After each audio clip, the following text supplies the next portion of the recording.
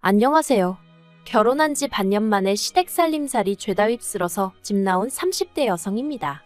진짜 제 얼굴에 침 뱉기 같을까봐 어디 가서 말도 못했는데 아무래도 결혼 사기를 당한 게 아닌가 싶을 정도로 억울해 죽겠어요. 마음 같아선 진짜 고소라도 하고 싶은데 친정 부모님은 그래도 이쯤에서 그만하고 잊어버리는 게 낫다고 고소하고 그쪽에서 질질 끌면 그것도 그것대로 답이 없다며 저를 말리시네요. 진짜 제가 미쳤다고 이 결혼을 왜 했던 건지 생각할수록 분통이 터집니다. 저는 사실 결혼 생각이 없었어요. 대학교를 졸업하자마자 목표하던 회사에 입사를 했는데 회사 생활이 제 적성에 잘 맞았거든요. 그래서 만사 제쳐놓고 회사 생활을 제 생활 1순위다 생각하며 몇 년을 보냈습니다. 다행히 능력도 있었고 나름대로 성과도 인정받아 같이 입사한 동기들에 비해 승진도 빨리 했어요. 커리어우먼의 삶, 바로 제가 꿈꾸던 그런 생활이었죠. 그런데 2년 전 가장 친한 친구가 시집을 가면서 제 나름대로 충격 아닌 충격을 받았습니다.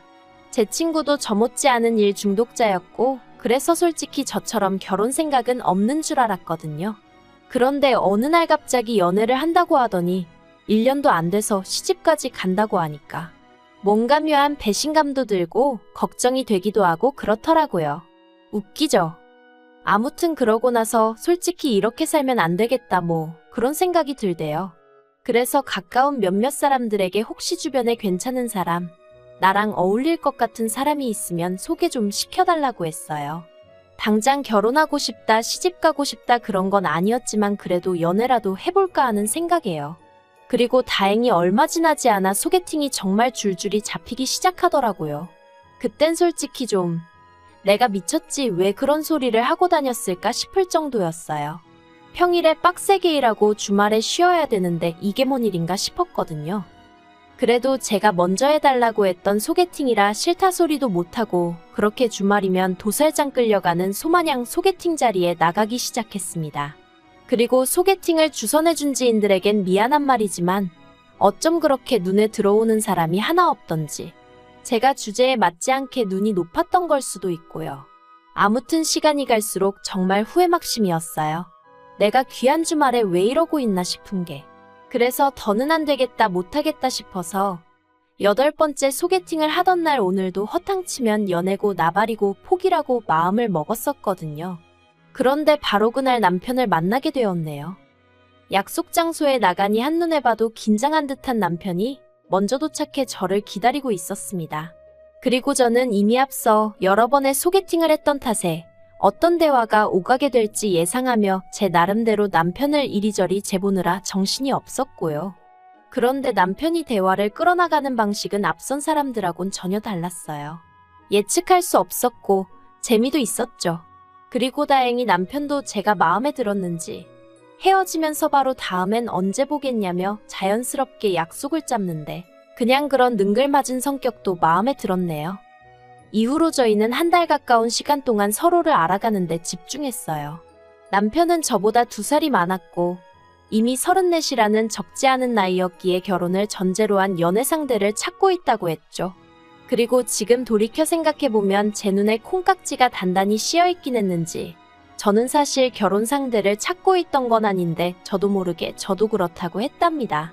그래서 저희는 연애를 시작했고 말이 씨가 된다더니 정말 1년 만에 결혼까지 약속하게 되었다니까요.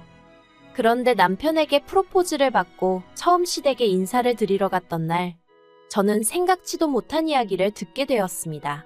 아버님이 하시는 말씀이 지금 저희가 결혼을 하면 금전적으로는 한 푼도 지원해 주실 수 없다고 하셨거든요. 아버님 말씀으로는 아들이 그러니까 저희 남편이 이렇게 갑자기 결혼하겠다고 나올 줄 몰랐기에 당신이 준비를 해놓을 수가 없었다며 결혼식을 1년 정도 미루던가 아니면 저희 둘이 알아서 신혼집을 마련해라 하셨죠. 그리고 까놓고 저희가 아버님께 돈을 맡겨놓은 것도 아니고 아예 안 해주신다는 것도 아닌데 제가 뭐라고 이러쿵저러쿵 싫다 좋다 소리를 할 수 있었겠어요? 그래서 남편에게 어떻게 하면 좋겠냐, 결혼을 1년 미루는 게 좋겠냐고 물었습니다. 그런데 남편은 그건 절대 싫다고 아주 방방 뛰더라고요. 한시라도 빨리 결혼해서 우리 닮은 아들 딸 하나씩 낳아서 안정적인 가정을 꾸리고 싶다 그런 이유를 대면서요. 그리고 저도 남편과 비슷한 생각이었어요. 조금이라도 젊고 예쁠 때 웨딩드레스도 입고 싶었고 어떻게 들릴지 모르겠지만 학부모들 사이에 제가 제일 나이 많은 엄마가 되고 싶진 않았거든요. 저랑 저희 친정어머니가 그렇듯 저도 제 자녀와 가깝게 지내고 싶었고요. 그래서 결국 남편과 저는 양가의 도움은 받지 않고 서로가 모아둔 돈과 대출을 받아 신혼살림을 꾸리기로 결정을 내렸습니다. 그런데 이 소식을 양가에 전하니 별 말씀 없이 저희의 결정을 존중해 주시겠다 하신 친정부모님과 달리 시부모님께서 노발대발 난리도 아니셨습니다. 젊은 것들이 벌써부터 남의 돈 무서운지 모른다면서 어떻게 대출받을 생각을 하느냐고요. 그리고는 능력이 안 되면 반지하고지하고 그런 데를 알아봐야지 벌써부터 겉멋만 들어서 남들 하는 건 다 하고 살려고 그러냐. 솔직히 시부모님 말씀이 아예 틀린 것은 아니었지만 그래도 서운하고 섭섭하대요. 아무튼 시부모님께선 크게 화를 내시며 대출을 받으면 부모 자식 간의 연은 끊는 거라고 엄포를 놓으셨고 남편은 남편대로 그럼 어떡하라는 거냐며 속상해하고 그러다 나온 이야기가 합가였어요. 결혼 이야기가 막 오가기 시작했을 무렵 남편이랑 이런저런 이야기를 나누다 부모님들은 어떤 분들이냐 뭐 그런 이야기를 나눈 적이 있어요. 그리고 그때 남편이 말하길 자기는 시부모님 특히나 아버님과 사이가 좋은 편이 아니라고 했습니다. 어려서부터 아버님이 워낙 엄하게 남편을 대하셔서 아버님이 늘 무서웠다고요. 그리고 아버님은 걸핏하면 성적을 이유로 남편을 때리고 때때론 집에서 내쫓기까지 하셨답니다. 내가 너까지 것 때문에 얼마나 희생을 하는 줄 아냐? 내가 어떤 고생을 해서 돈을 버는데 그 돈으로 이까지 거밖에 못하냐? 어린아들을 상대로 온갖 막말을 퍼부으셨던 거죠. 게다가 어머님이 평생 전업주부셨기에 금전적인 부분에 있어서는 아버님께 전적으로 의지하시던 상황이었고 그렇다 보니 어머님도 아버님으로부터 어린 남편을 지켜주지 못하셨다대요. 그리고 그때 생긴 마음의 상처는 어른이 돼서도 쉽게 사라지지 않는다며 자긴 나중에 애 낳으면 말 한마디 조심해서 할 거라 했는데 그런 남편의 속을 모르시는 건지 시부모님이 합가 얘기를 꺼내셨으니 좀 황당했죠. 그런데 더 황당한 건 남편이 그 합가제 안에 솔깃한 눈치였다는 거예요. 사실 시부모님께서 내거신 조건은 아주 나쁘진 않았어요. 3년 동안 합가를 하는데 생활비는 받지 않겠다. 몸만 들어오면 된다. 이거저거 돈 나갈 일도 없을 거고 그러니 알뜰살뜰 돈만 모아서 나가면 될 거다. 솔직히 듣기만 했을 땐 저희로선 전혀 손해볼 게 없는 듯 했죠. 하지만 그럼에도 불구하고 솔직히 저는 내키지 않았어요. 아버님과 남편 사이를 떠나서 저도 나름대로 신혼에 대한 환상이라고 해야 할지 꿈이라고 해야 할지 아무튼 기대하던 바가 있었으니까요. 하지만 시부모님과 남편이 양쪽에서 계속 저를 설득하려 들었고 결국 제가 졌어요. 신혼의 단꿈도 좋지만 현실적인 상황을 모른 척할 수는 없었거든요. 그리고 친정에서도 시댁에서 나름대로 배려를 해주시는 거니 무조건 싫다고만 할 게 아니라고 하셔서 그래서 그래 눈 딱 감고 3년 동안 돈 모아서 나오자는 생각으로 알겠다 했네요. 그래서 저희는 올해 늦은 봄 결혼식을 올렸고 그렇게 부부의 연을 맺었습니다. 시댁에 들어가 살기로 한 이상 남편이 쓰던 가구 중 몇 개만 새 걸로 바꾸고 나머지는 할 게 없었거든요. 그래서 결혼 준비 자체는 그렇게 어렵지도 까다롭지도 않았어요. 그리고 처음 3-4달 동안은 시부모님도 정신적으로 무척이나 잘해주셔서 이 정도면 살만하겠다는 확신이 들었죠.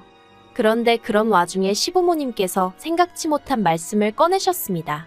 세 사람 그러니까 제가 들어오기 전에는 불편한 것도 몰랐고 뭐 집이 좀 누추하단 생각도 안 들었는데 막상 제가 들어오니까 저보기가 부끄러울 정도로 가전도 낡았고 이래저래 신경이 쓰이신다는 말씀이셨죠.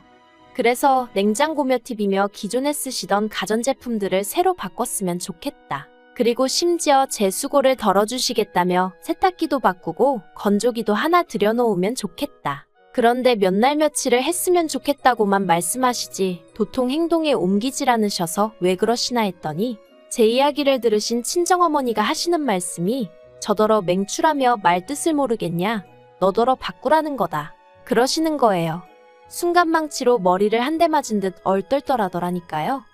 그리고 얼마 지나지 않아 어쨌든 그 당시까진 시부모님이 저에게 무척이나 잘해주셨고 친정어머니도 그 사실을 알고 계셨기 때문인지 친정어머니께선 2천만 원을 줄 테니 그 돈으로 가전제품을 바꾸라셨습니다.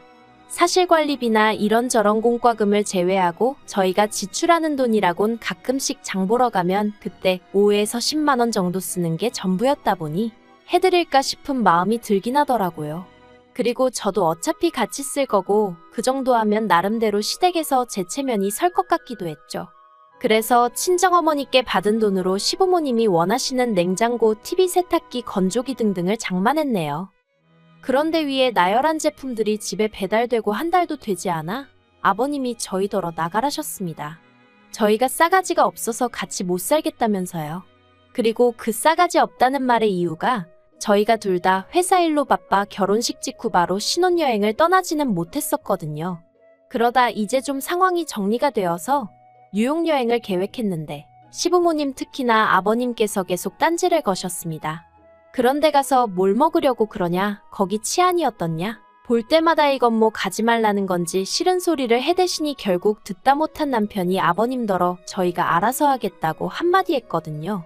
그랬더니 아버님께서 말이라도 지부모한테 같이 가자 소리를 안 했다고, 그래서 저희가 싸가지가 없는 거라고요. 분명히 신혼여행이라고 말씀까지 드렸는데 그걸 저희가 시부모님한테 같이 가자고 했어야 하는 거라는 게 말이 안 된다 싶었죠. 그런데 이 일로 저희 아버님께서는 영까지 끊자 소리를 하시면서 저희더러 마음에 안 든다고 나가라셨습니다. 하루빨리 짐 싸들고 당신 눈앞에서 꺼지라고요. 처음에는 그래도 아버님을 이해해 보려고 했어요. 그래서 제가 원래 그렇게 곰살맞은 성격이 아님에도 불구하고 아버님께 화푸시라며 애교도 부려보고 그랬거든요. 그런데 아버님이 저를 무슨 투명인간 보듯이 하시고 요즘 말로 정말 개무시를 하고 지나가시는 일이 반복되니까 저라고 기분이 좋을 리가 없었죠. 그래서 제가 어머님께도 도움을 요청했습니다. 어머님이 아버님과 저희 사이에서 중재를 좀 해주시면 안 되겠냐고요. 그런데 어머님은 정말 말 그대로 나 몰라라 하시면서 너희가 잘못한 거니 너희가 알아서 해라, 나도 중간에서 불편해 미치겠다는 말씀만 하시더라고요. 그리고 저도 사람인데 계속해서 싫은 소리 듣고 거절당하고 그러니까 소위 빈정이 상하더라고요. 정말 마음이 너무 상해서 내가 왜 이래야 하지 싶었어요. 막말로 내가 잘못한 것도 없는데 왜 아버님 비위를 맞춰드리느라 안 받아도 되는 스트레스를 받아야 하나 싶은 게, 그래서 남편한테 그냥 나가자고 했더니 남편이 제 눈치를 살살 보면서 조금만 기다려보래요.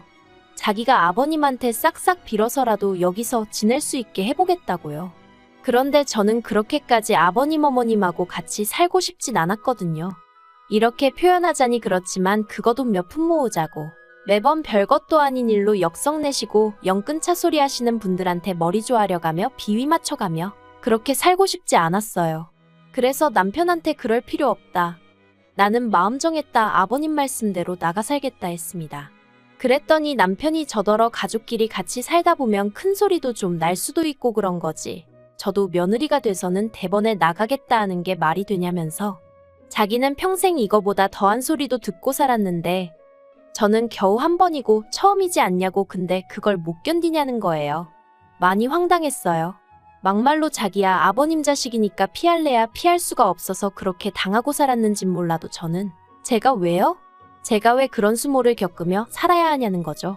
그래서 남편더러 평생 당하고 산 당신이나 앞으로도 계속 참으면서 살던지 하라고, 나는 그렇게는 못 산다 했습니다. 그리고 당신이 못 나가겠다면 나라도 나가겠다니까 그게 말이 되냐면서 어떻게 부부가 떨어져 지내냐는데, 어이없는 남편이 반응에 대화를 할수록 첩첩산중이라는 게 이런 거구나 싶더라니까요. 그래서 결국 저는 지난 추석 연휴에 시댁에서 나와 친정으로 향했어요. 이 일로 당연히 시댁은 또 한바탕 난리가 났고요. 어떻게 가시집 온 며느리가 명절에 가출을 하냐는 거였죠.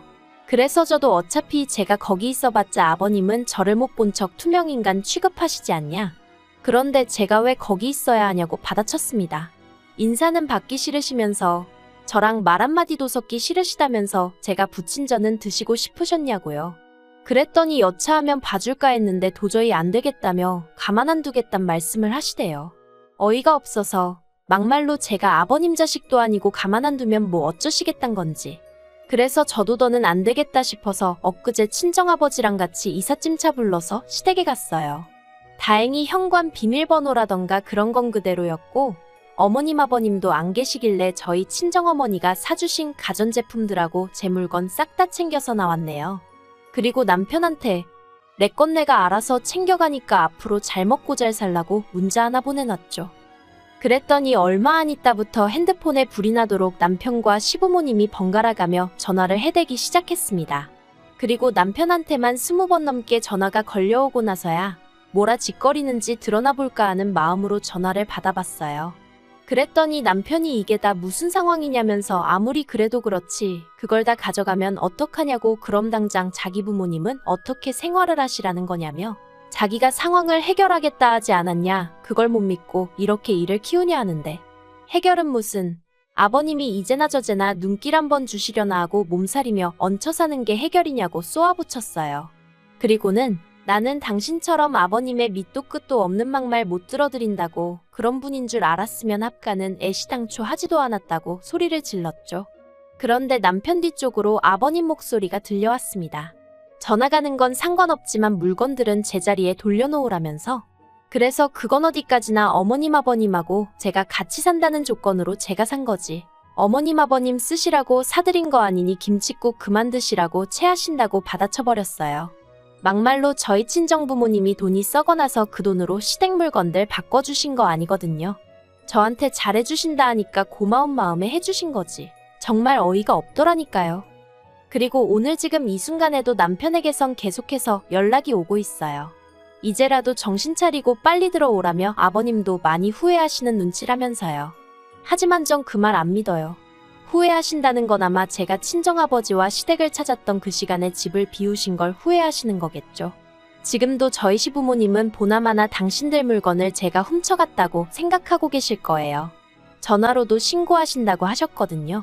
그런데 제가 제 돈 주고 샀고 영수증도 제 손에 있는데 그게 왜 도난이라는 건지 뭐 경찰한테 전화 한 통 걸려오지도 않네요. 저도 이래저래 벼르고 있어서 경찰한테 전화 한번 오면 좋겠는데 말이에요. 아무튼 결혼한 지 반년 만에 참으로 남사스럽게 이게 무슨 일인가 싶어요. 이혼이야 뭐 그놈의 청약 덕분에 혼인신고를 안 해서 그냥 일이 돌아서니 남남이 되어버려 다행이다 싶기도 하고 진짜 퍼붓고 싶은 말이 산더미인데 경황이 없어서 다 못하고 나온 게 한스러울 뿐입니다. 똥이 무서워서 피하는 게 아니라 더러워서 피한다는 말 정말 딱 제 기분이라니까요.